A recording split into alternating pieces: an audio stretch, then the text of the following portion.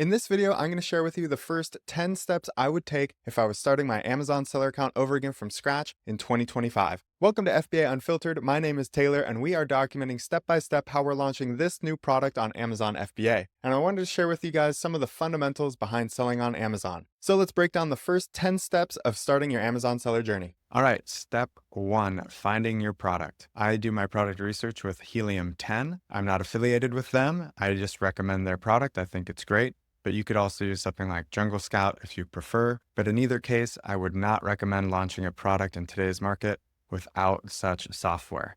So if you do have Helium 10, you can come over to the black box feature. It's a tool that I use frequently. Go into the advanced setting, select the category or categories of products that you want to sell. I put in a review rating here, a max of 4.4. I'm actually playing with a new technique here where I don't include any minimum or maximum review count in the filter. However, I do put a limit of 3 variations. If you have the idea of something that you might want to pursue, I recommend putting one keyword in here. We could put something like oil. I actually have not been putting in price minimums or maximums either, but instead narrowing down on the revenue. So there you can see I put in a pretty narrow spread, $20,000 to $60,000 in revenue a month. And we're going to click search. I like to sort by the monthly revenue. And here was an interesting product that I found. It's a stainless steel deep fryer pot. You can see Helium 10 is showing that this is doing 2,000 units a month for almost $60,000 a month in revenue. So there we've determined demand. We have a good price point. We have good revenue, and we have a listing that appears to be improvable. 4.4 out of 5. Has room for improvement for sure.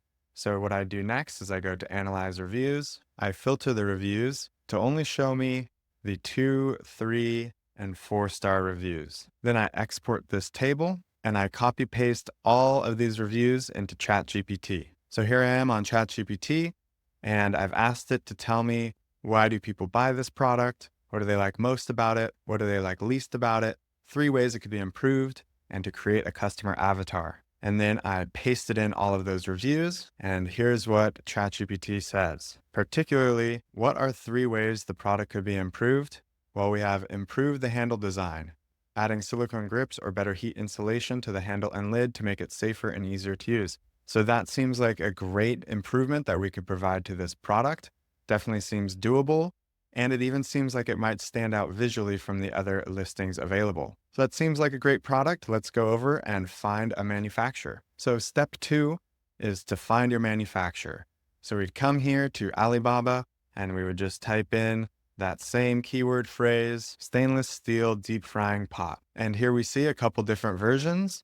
Now you would reach out to each of these manufacturers to start getting quotes. To message a supplier on Alibaba about a particular product, you can click this little messenger icon. It will give you some pre-formulated questions, but I recommend you write your own message here. And I actually have a template for the type of message that tends to get me the best responses from China, and I'll have a link to that in the description. Okay, step 3 is to register your business. The reason this step comes next is because we have found a potential product, we've found a potential manufacturer, everything is looking good. So now it's time to go ahead and get official. We want to set up our business first because everything from here on out is going to be owned by the business. So when we go on to trademark our brand name, we want the trademark to be owned by the business. And when we go to set up our Amazon Seller Central account, we want it to be registered to the business. So that's why register your business is step number 3. I recommend LegalZoom. Again, I'm not affiliated with them. It was just easy and straightforward for me to do this.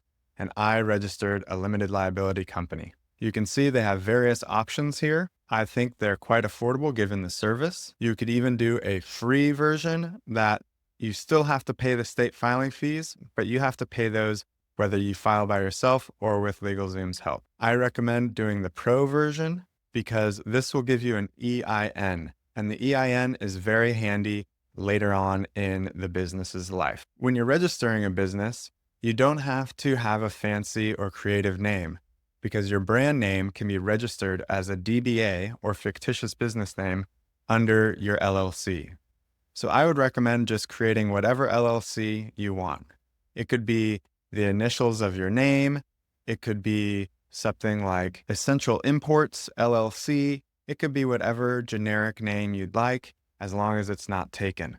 And we'll go over how to find out if a name has already taken in the next step. Step 4, trademarking your brand. Okay, to do this, we're going to go on to the USPTO website and search for a trademark. Now, you're going to be doing 2 searches here, one for your LLC name to make sure that's not taken, and then one for whatever brand name you do think you want to trademark. I've gone ahead and searched for the trademark brand name Kitchen Sage, and you can see here that the USPTO website will tell you if it is taken or not. Sage Karma Kitchen is not close enough to Kitchen Sage to count, so it looks like Kitchen Sage is still available. If Kitchen Sage were written here verbatim, identically, and it said live and registered, that would mean it's already taken. After you've made sure that your brand name hasn't already been taken, you can begin the trademark process. You can apply yourself online on the Tease website, but I recommend that you get professional help doing this step. It's absolutely possible to do it yourself. I've done it myself twice.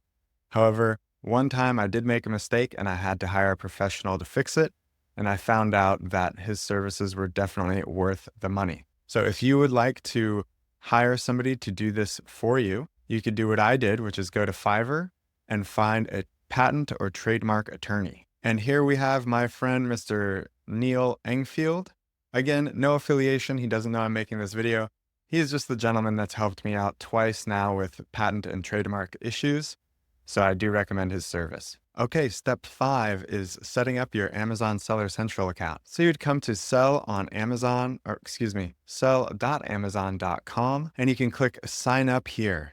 Now this sign up is for the professional account. It does cost $40 a month to have a professional account. However, you do have the option, if you scroll all the way down the page, to sign up as an individual seller. Now, the individual seller account does not have a monthly fee. However, it does have a per unit fee of 99 cents for every unit that you sell. So if you plan to sell more than 40 units a month, you should just get the professional account. When you're setting up your Amazon seller account, it's going to ask you for your business information. This is why I recommend doing the business setup beforehand. But it's very basic. You're just going to provide your business name, your EIN, your business's address, as well as your personal identifying information, such as your driver's license or passport. If you have already begun the trademark process, which again, I recommend you do before opening this account, you will also be able to put in your trademark brand name, even if it's still in pending status. This will allow you to enroll in Amazon's brand registry program. Okay, step number 6. This is to create your listing.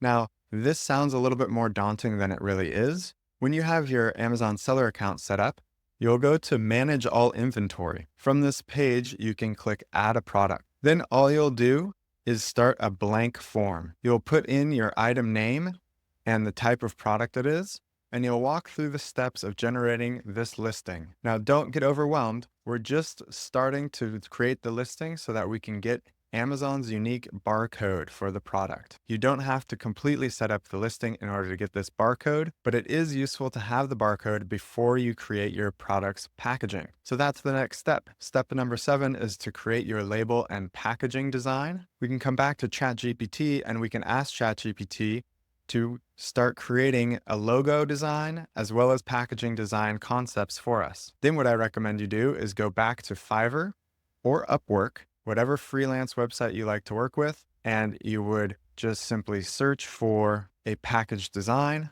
You would select someone who seems like their packaging most closely resembles what you need, and you would send them not only the label that you created from your Amazon listing, but also the packaging mock-up that you got from ChatGPT, and you would begin working on your product packaging. Now that you have your packaging with the Amazon barcode applied, you can go back to your manufacturer and give them those files, which they will receive as a simple PDF. Then you'll place your order for your product at whatever order quantity you agreed to with your manufacturer. Depending on the type of product, you may want to have a certain number of units air-shipped directly to you. Now, this would be a very small quantity, and they would be used for product photography. Depending on the type of product you have, you don't even need a physical product to develop high-quality listing images. Instead, you can go back to Fiverr and find someone who can do 3D rendering. You would give this person the package design with its dimensions, and they will create a hyper-realistic 3D image that looks photogenic that you can use in your listing.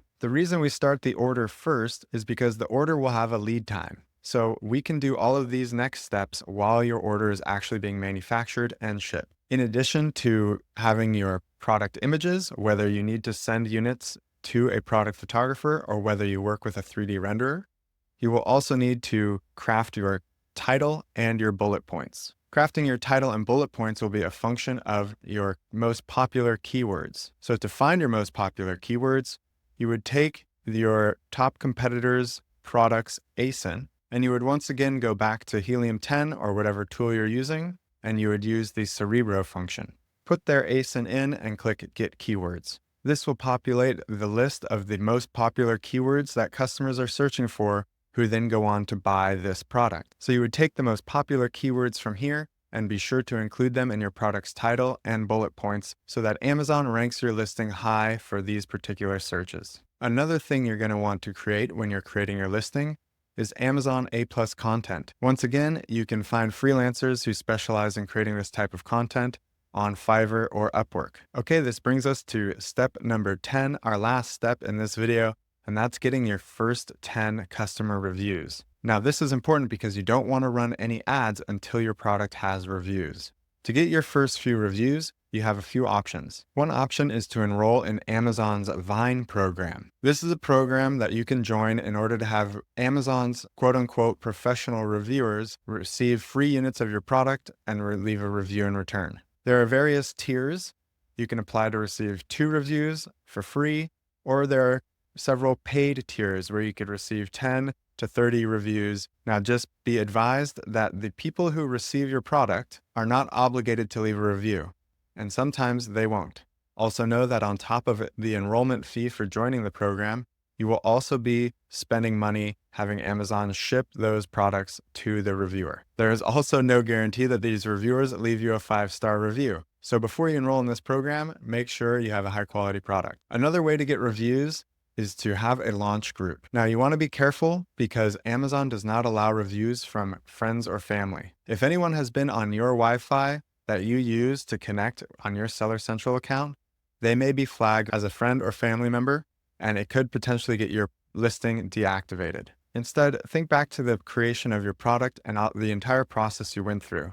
There are probably numerous people that you talked to about the product. Reach back out to them and let them know that your listing is now live and that you would appreciate them purchasing the product and leaving a review. Be careful not to offer them any compensation for doing so, because this would be a violation of Amazon's policies. All right, those are the first 10 steps I would take if I was starting my Amazon seller account over again from scratch in 2025. I know it was quick, so if you have any questions, please leave a comment, and I'll go into more detail on whatever step you'd like to see. If you'd like more personalized feedback, you can always book a free call. The link is in the description. Thank you very much for watching, and I'll see you in the next video.